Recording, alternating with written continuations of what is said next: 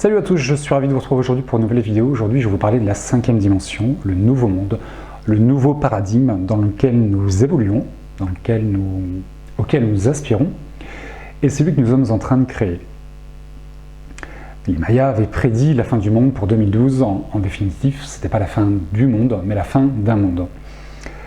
Aujourd'hui, les choses évoluent, les choses s'accélèrent.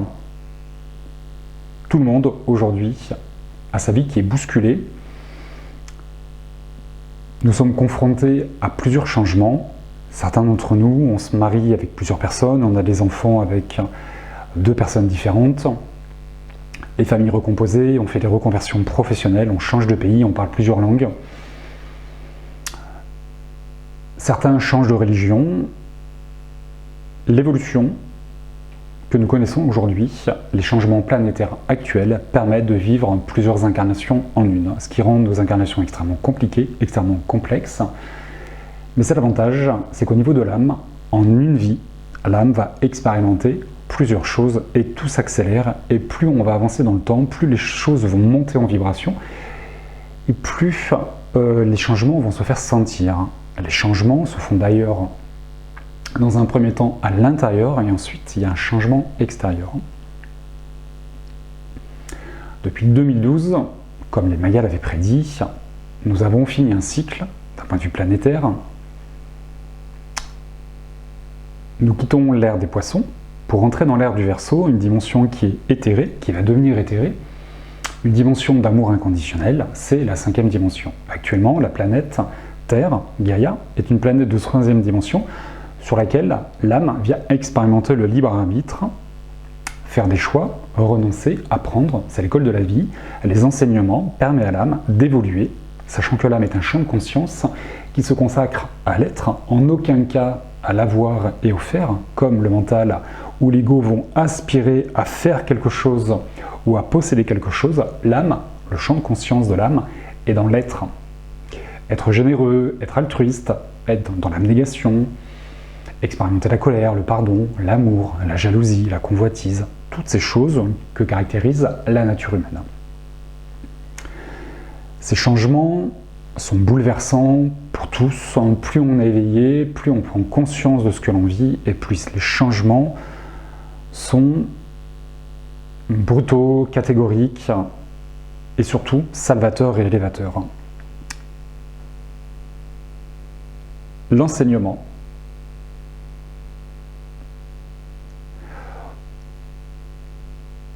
La richesse de l'enseignement est proportionnelle à sa difficulté. Plus on galère, plus on est en train d'apprendre quelque chose qu'on ne sait pas faire. Pour savoir ce que votre âme est venue expérimenter, il suffit de porter votre attention sur vos difficultés, sur tout ce que vous ne rêvez pas faire ou tout ce qui est difficile pour vous.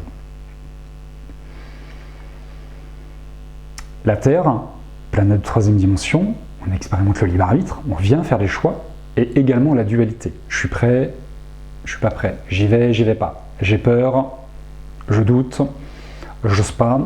Toutes ces choses sont reliées à la 3e dimension.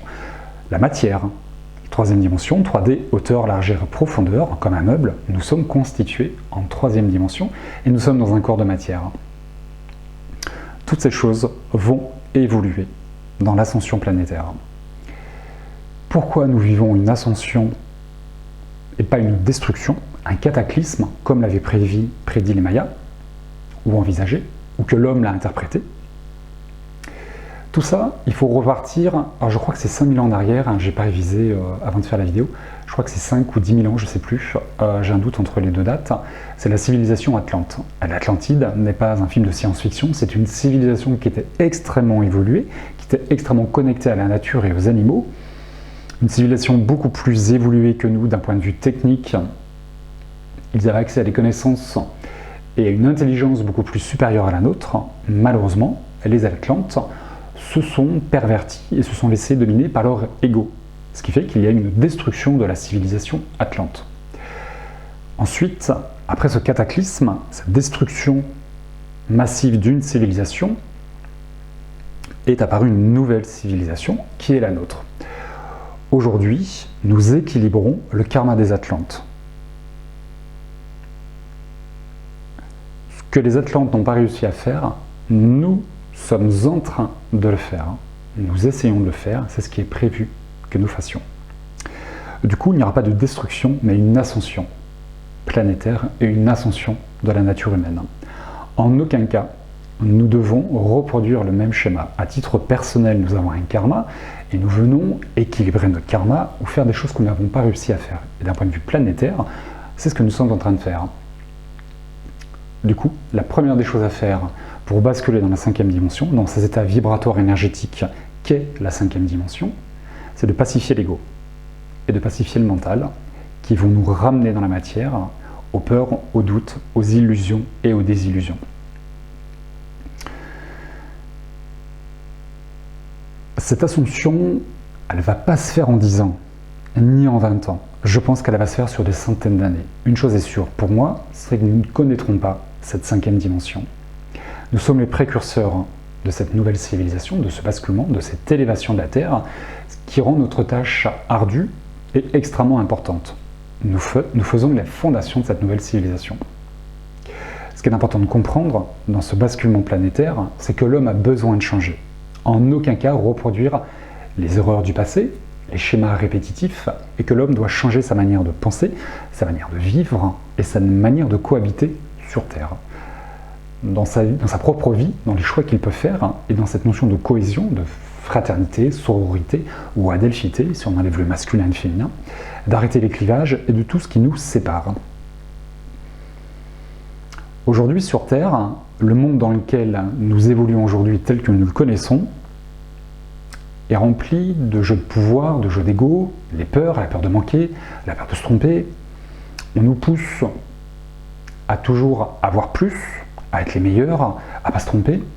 Et tout petit, dans l'éducation, c'est culturel, c'est sociétal. Alors forcément, suivant le pays dans lequel nous évoluons, l'éducation, la culture n'est pas la même. Mais dans l'Occident, on nous pousse à toujours être les plus forts, les meilleurs, à gagner du temps, être dans le rendement, dans le consumérisme, à gagner du temps et être des performeurs. Ce qui fait qu'on perd notre humanité. La première des choses à faire, c'est retrouver son humanité, ne plus penser avec la tête, mais avec le cœur, et s'éloigner de la dualité. La 5e dimension, l'ego devient le réceptacle, le siège de l'âme. C'est un monde qui est unifié. On chasse la dualité, on lâche la dualité, pour incarner et investir l'unité. Plus de peur, plus de doute. La civilisation de demain, cette 5e dimension, les systèmes monétaires n'existeront plus. Tout ce qui est politique n'existera plus.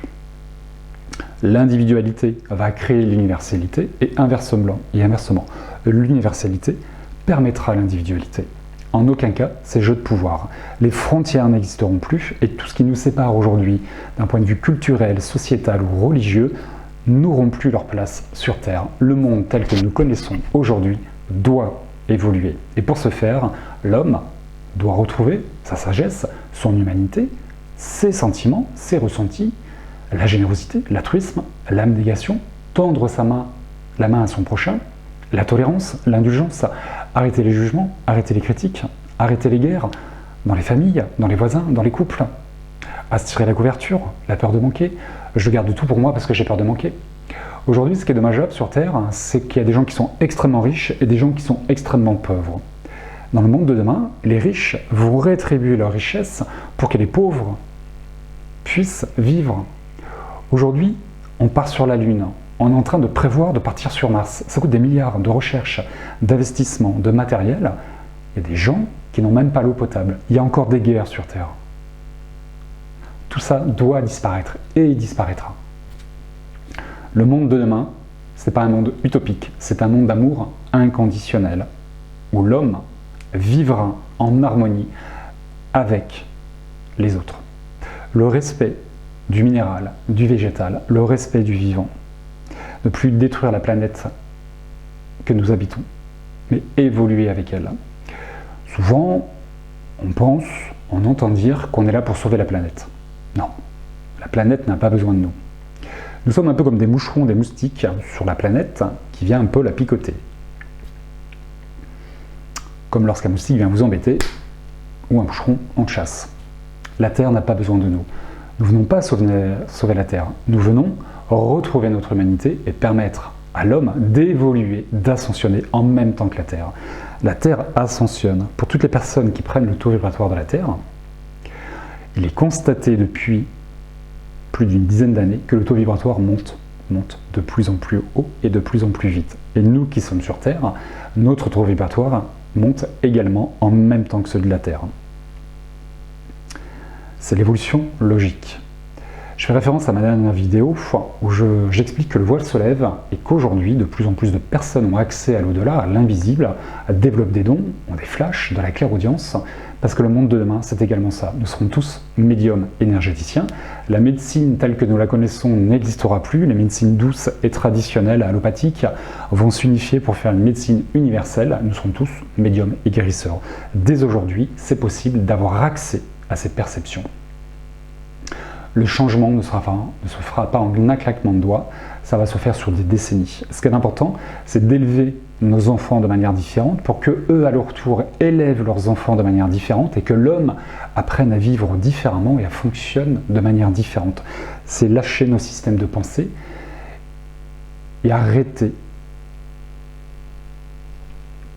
de fermer les yeux, d'être dans le déni sur toutes les catastrophes écologiques, les destructions massives d'êtres vivants. Il y a besoin de se relier les uns les autres. Nous avons besoin de la terre, nous avons besoin des animaux, nous avons besoin de la nature pour vivre. Nous avons besoin de nous pour vivre. L'homme n'est pas fait pour vivre seul. Je ne fais pas allusion au couple, je fais allusion à une communauté. Depuis toujours, l'homme vit en clan, en meute, en communauté. Pour que vous puissiez acheter du pain, il faut un agriculteur, il faut un meunier, il faut un boulanger, il faut peut-être des routiers. On ne peut pas tous être pareils. Ce qui est important, c'est d'accepter nos différences et d'apprécier les différences des autres, car nous avons besoin des autres pour vivre. Les autres sont ce que vous n'êtes pas, ce que vous ne pouvez pas être. Alors rendons-leur merci à toutes ces personnes qui sont différentes. Plus d'homophobie, plus de racisme, plus d'exclusion liée aux différences socio-culturelles, religieuses, sexuelles ou je ne sais quoi. C'est le monde de demain. Un monde de tolérance, d'indulgence, d'acceptation et d'amour. Nous ne serons plus dans des corps physiques, nous serons dans des corps énergétiques. L'une des grandes particularités de ce monde de demain, c'est que nous aurons la faculté, tout comme nos guides, de se déplacer à la vitesse de la pensée, puisque nous ne serons plus dans la matière, dans un monde éthéré, et nous aurons également la possibilité de créer nos pensées. Imaginez aujourd'hui ce qui se passerait si chacun d'entre nous avions cette capacité de créer nos pensées, de matérialiser nos pensées. Je suis sûr que la plupart d'entre vous, vous êtes en train de me regarder et vous êtes en train de vous dire « qu'est-ce qu'il est con celui-là, qu'est-ce qui m'agace ?» Je recevrai tout ça. Sur la route, très agacé sur la route. Parfois on est même vulgaire. « Ah, il me fait chier celui-là, mais qui dégage ?» Il suffit de dire ça à la personne qui est devant vous, qui vous gêne parce qu'il n'avance pas, ou parce qu'il respecte les limitations de vitesse. Si vous voulez le faire dégager, vous allez le faire dégager par votre pensée. C'est ça le monde de demain. Ce qui demande un ego, un mental pacifié, de se relier les uns les autres, de comprendre que nous avons besoin des autres, que nous avons besoin de tout ce qui nous entoure pour vivre et d'évoluer ensemble, et d'arrêter les clivages. Hommes, femmes, noirs, blancs, chinois ou je ne sais quoi, riches ou pauvres. C'est ça le monde de demain. C'est ce que nous sommes en train de construire. Évidemment, nous en sommes loin, car l'homme a beaucoup de mal à changer. Et souvent, on entend dire aussi que les changements arrivent que de manière brutale ou par des épreuves. Parce que de manière douce, l'homme n'a pas toujours tendance à comprendre ce qu'il doit changer en lui. On repart 3 ans, 4 ans en arrière, le confinement. On a encensé le corps médical pendant le confinement. Extraordinaire, solidarité. Dès qu'on a été déconfiné, cette solidarité a disparu. Et pire, on a poussé le corps médical à se vacciner. Le débat n'est pas pour ou contre le vaccin, mais comment on peut encenser une partie de la population pour ensuite la mettre à l'écart et les forcer à faire quelque chose, les couper de leur libre arbitre. C'est pas logique. Quelle est la raison qui pousse certaines personnes à prendre ces décisions? Très certainement économiques. Tout ça n'a plus sa raison d'être. Ce n'est pas possible. C'est ce que nous devons changer, c'est ce que nous sommes en train de changer. Et j'insiste, je trouve, d'un point de vue personnel, de retrouver son humanité.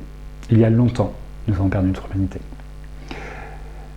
Les Mayas avaient prévu cette fin du monde pour 2012, le nouveau monde devait débuter en 2012. Pour moi, ce nouveau monde, il a débuté il y a 2024 ans.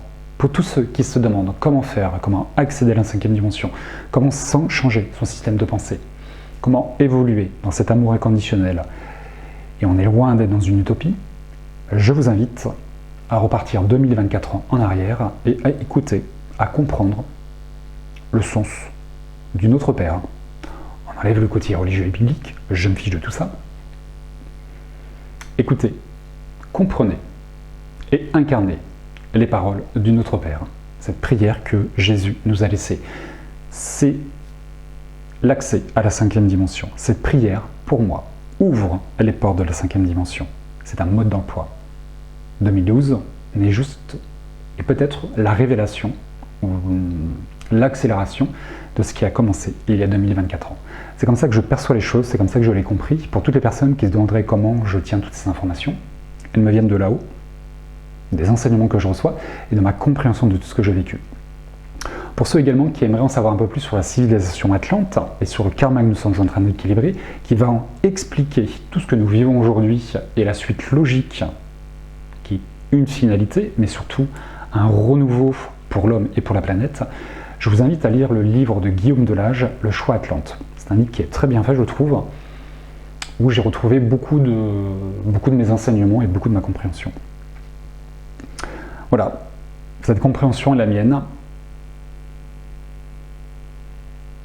Prenez le temps de comprendre ce que c'est que cette 5e dimension, l'amour inconditionnel, sans condition, loin des conditionnements sociétals, éducationnels, loin des peurs, loin de la dualité, loin de l'ego, loin du mental. Aujourd'hui, comment on fonctionne? Qu'est-ce qui nous pousse à prendre des décisions? Pourquoi on ferme nos portes? Pourquoi on a tendance à pas toujours tendre la main à celui qui en a besoin? On le fait pas toujours, on le fait pas pour tout le monde, mais une fois de temps en temps, c'est pas mal. Puis ça fait du bien d'être généreux, de penser à l'autre, à ses grands-parents, à sa famille, à ses amis, même à un inconnu. En soi, on ne perd rien, parce qu'on ne possède rien. Le jour où on partira avec ce qui est là, et ce qu'on a compris de notre incarnation. La richesse, elle est là. Au niveau de l'âme, ça c'est sûr. Voilà, j'espère que cette vidéo vous poussera dans votre réflexion pour avoir votre propre compréhension et vous apportera le discernement et l'envie d'avancer, de lâcher les peurs et d'investir le cœur. Voilà. Je vous embrasse bien fort, je vous dis à très bientôt pour une prochaine vidéo et d'ici là, prenez soin de vous.